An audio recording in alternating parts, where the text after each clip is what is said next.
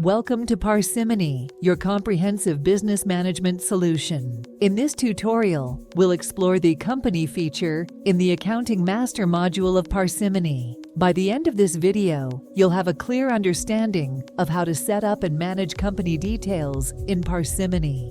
Let's begin by accessing the Accounting module from the Parsimony dashboard. Click on the Accounting module to proceed. The Accounting module provides a range of financial management tools, including the ability to manage company-related information. To access the Accounting Master features, navigate to the Accounting Master section. This is where you'll find the Company option.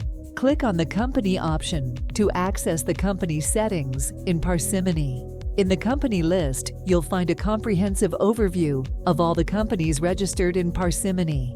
Here, you can manage and configure company-related information.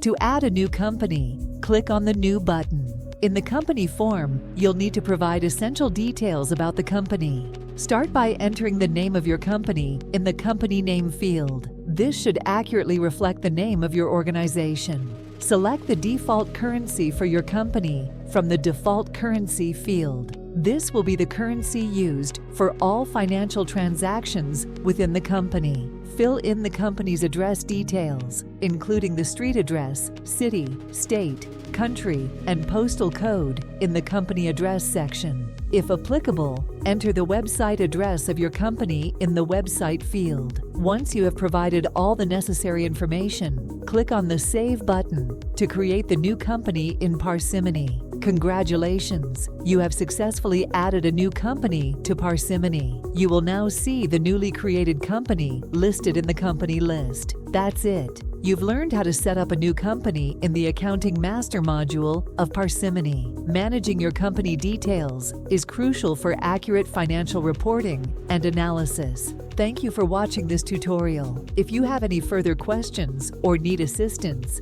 feel free to explore the Parsimony documentation or reach out to our support team.